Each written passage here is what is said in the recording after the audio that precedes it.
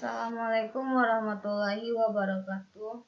Perkenalkan, kami dari kelompok 10 akan mempresentasikan hasil diskusi kami mengenai penyelesaian audit.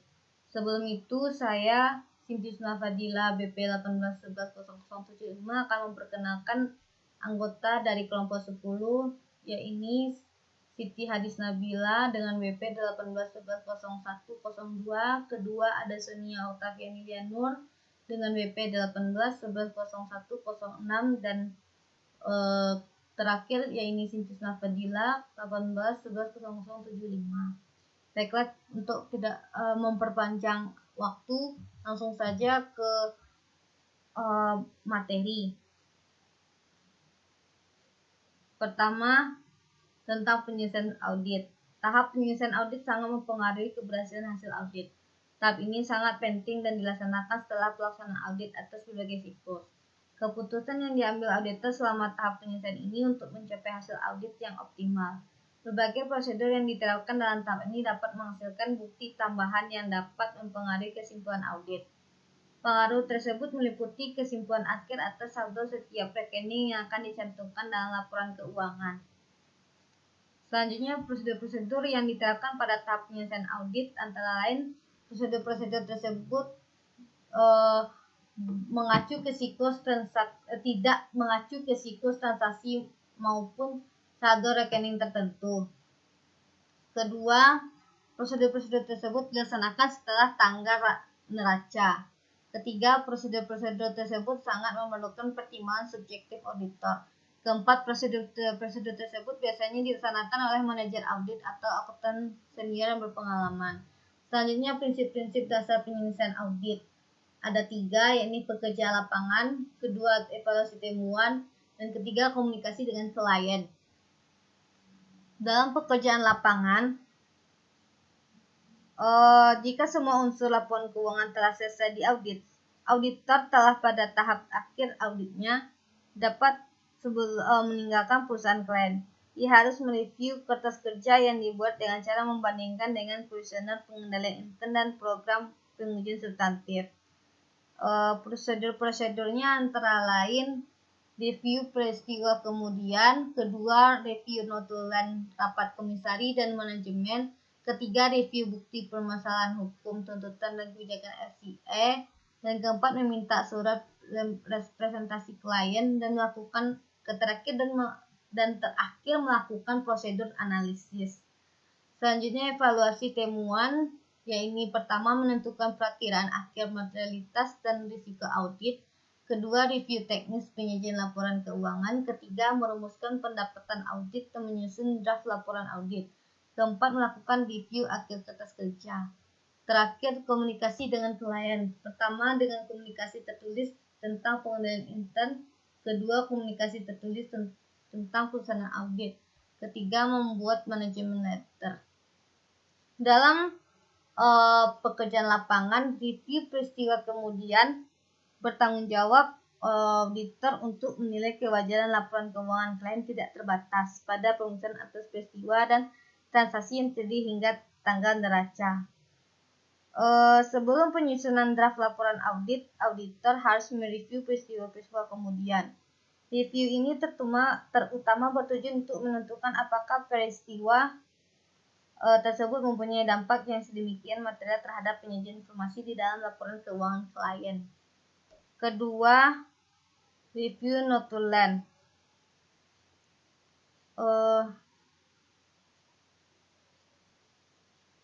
Review notulen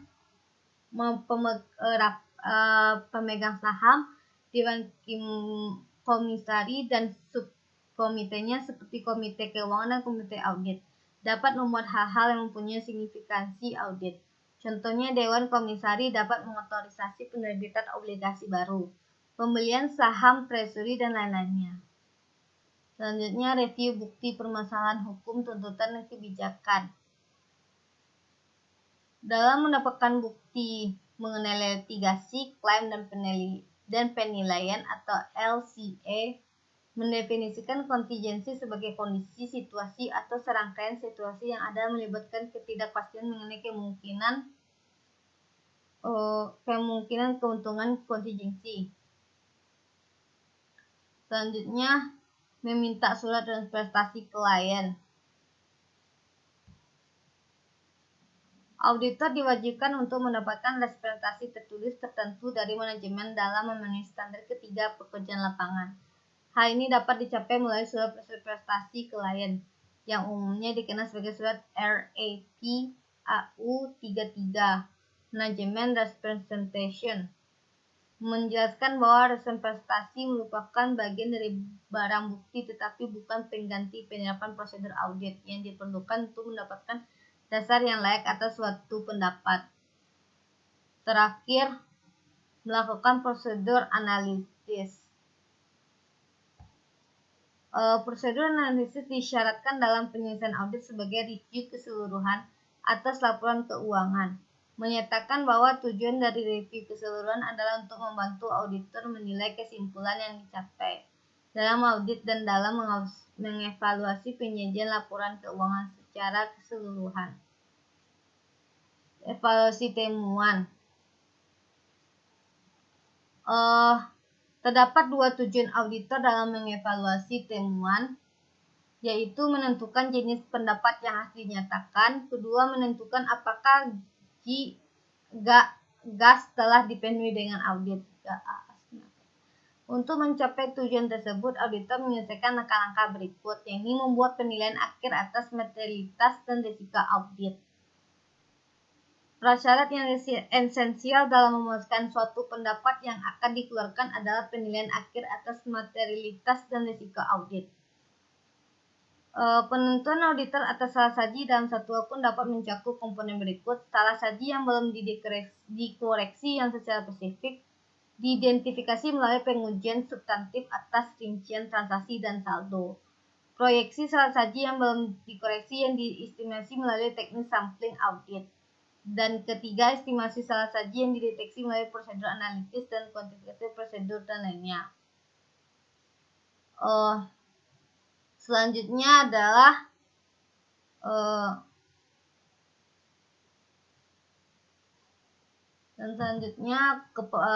peristiwa kemudian. Pada peristiwa kemudian adalah peristiwa yang terjadi setelah tanggal neraca sampai dan tanggal penerbitan laporan audit. Periode peristiwa kemudian adalah periode setelah tanggal neraca sampai dengan tanggal akhir pekerjaan lapangan. Dan selanjutnya tanggung jawab utama auditor adalah untuk peristiwa yang terjadi pada peristiwa kemudian. Untuk ilustrasi peristiwa kemudian bisa dilihat pada gambar. Di sini tanggung jawab utama auditor adalah pada peristiwa kemudian yang terjadi pada periode peristiwa kemudian tersebut. Selanjutnya, kategori peristiwa kemudian. Dalam kategori peristiwa kemudian yang memberikan informasi tentang kondisi yang ada pada tanggal neraca dan berpengaruh terhadap ketepatan estimasi akuntansi saldo akun dalam neraca. Contohnya estimasi biaya garansi dan biaya hadiah. Kedua, estimasi biaya denda perkara pengadilan. Ketiga, estimasi penghapusan piutang. Untuk kategori peristiwa kemudian semacam ini memerlukan jurnal penyesuaian dan bila perlu termasuk pengungkapan, misalnya penyesuaian untuk mengubah estimasi biaya garansi dengan jurnal sebagian berikut. Biaya garansi itu di debit dan untuk utang garansi itu di kredit.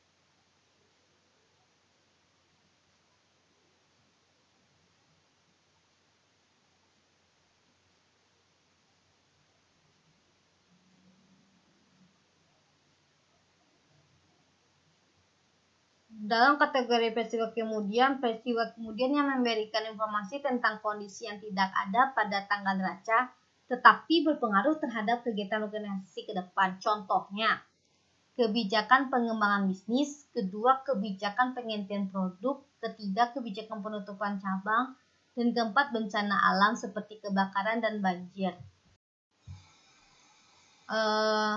Lanjut pada peristiwa kemudian, semacam ini tidak memerlukan jurnal penyesuaian, tapi hanya memerlukan pengungkapan, karena tidak ada yang salah dengan satu akun pertanggal laporan keuangan tersebut.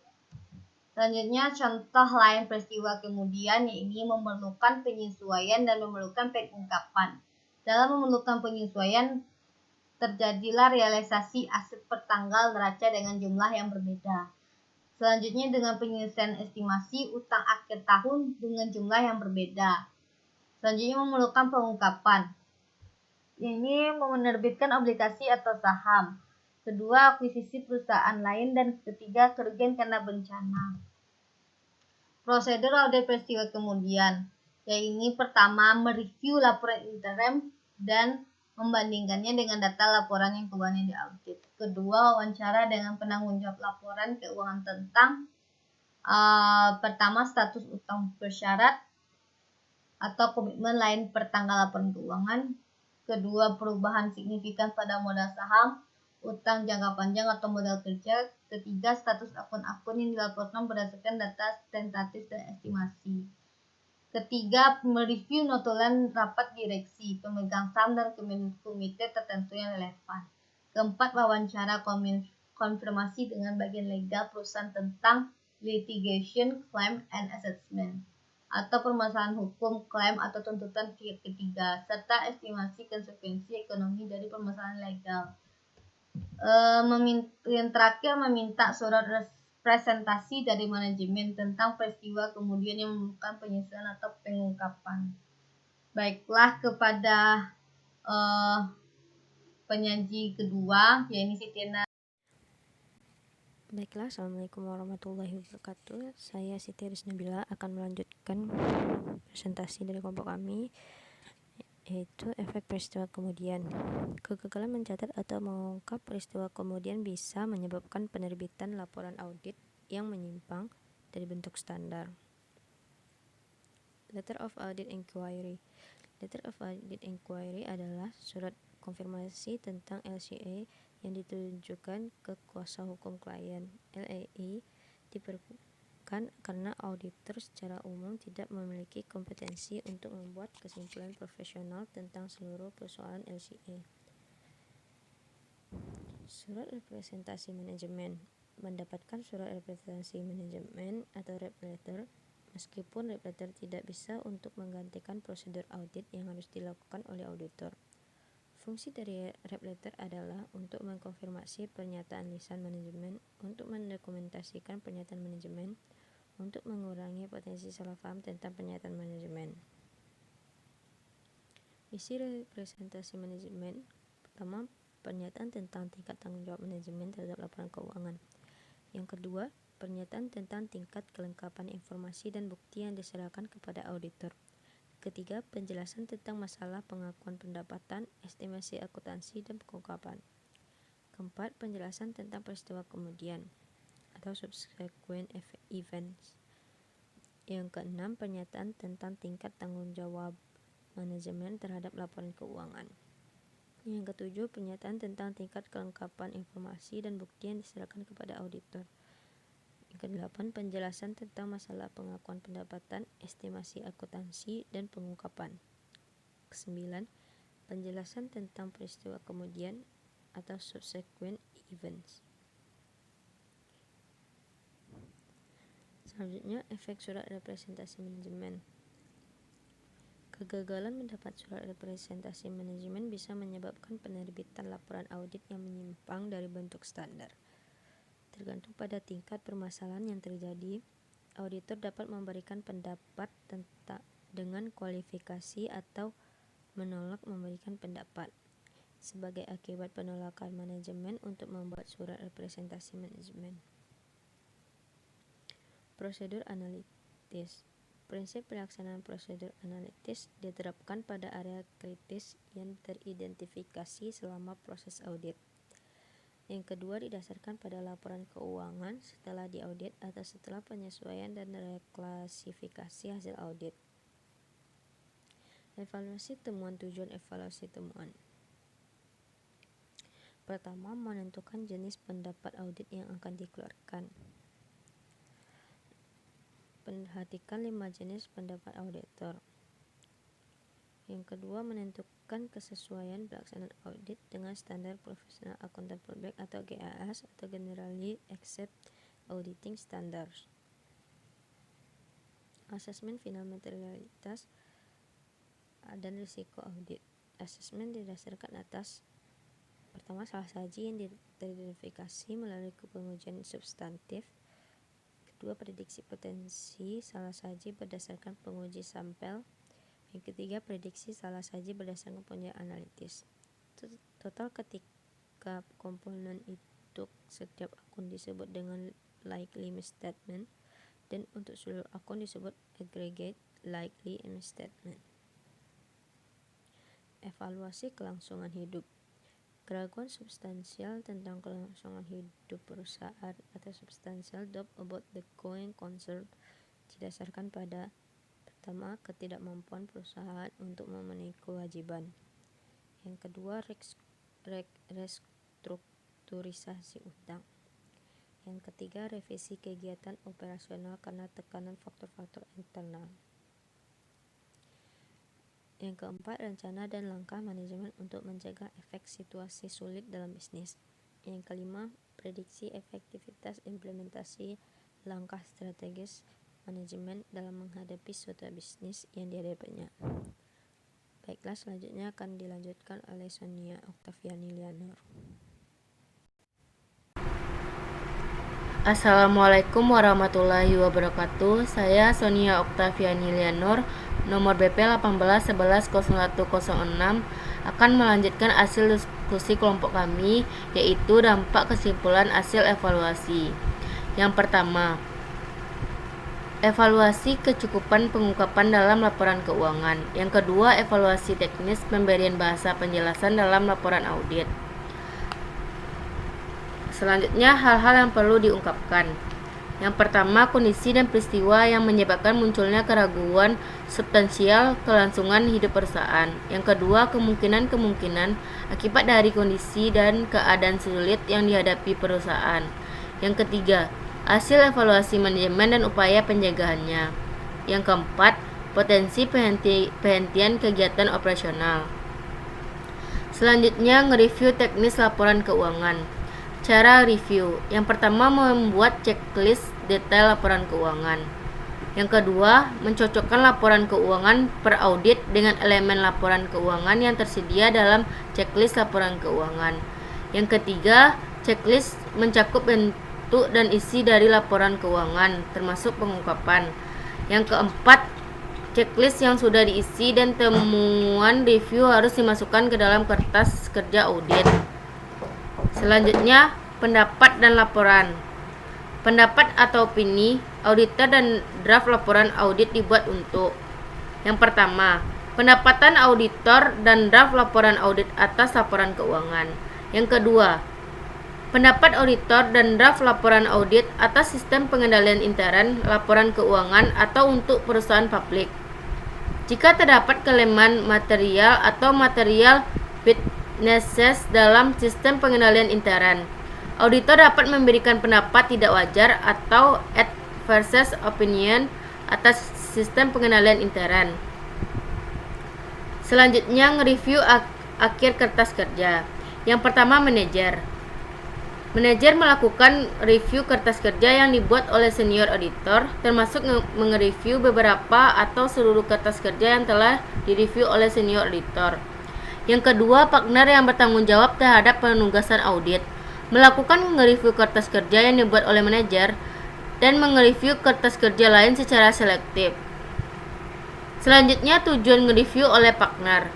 Yang pertama, menguji keakuratan dan kelengkapan kertas kerja. Yang kedua, menguji ketepatan pertimbangan profesional pembuat kertas kerja. Yang ketiga, menguji kesesuaian pelaksanaan audit dengan ketentuan audit yang tertera dalam surat penugasan audit.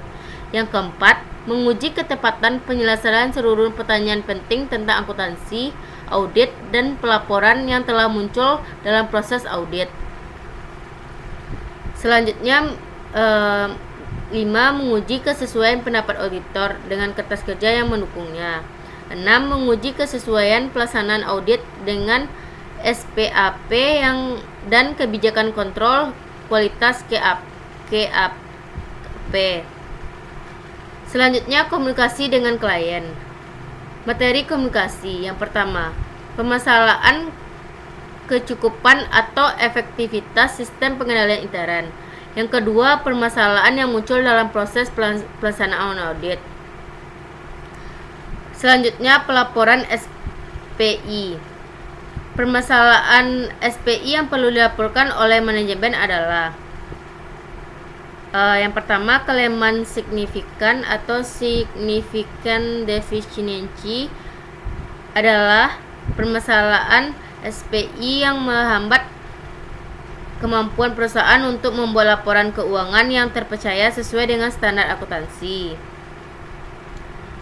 Laporan harus dibuat tepat waktu, bisa pada saat proses audit berlangsung atau setelah kesimpulan hasil audit. Selanjutnya, kelemahan material adalah kelemahan material baik SPI tertentu atau SPI secara keseluruhan yang mengakibatkan salah saji material pada laporan tahunan atau laporan interim tidak bisa dicegah atau deteksi oleh SPI. Sekian diskusi dari kelompok kami. Saya akhiri dengan Assalamualaikum warahmatullahi wabarakatuh.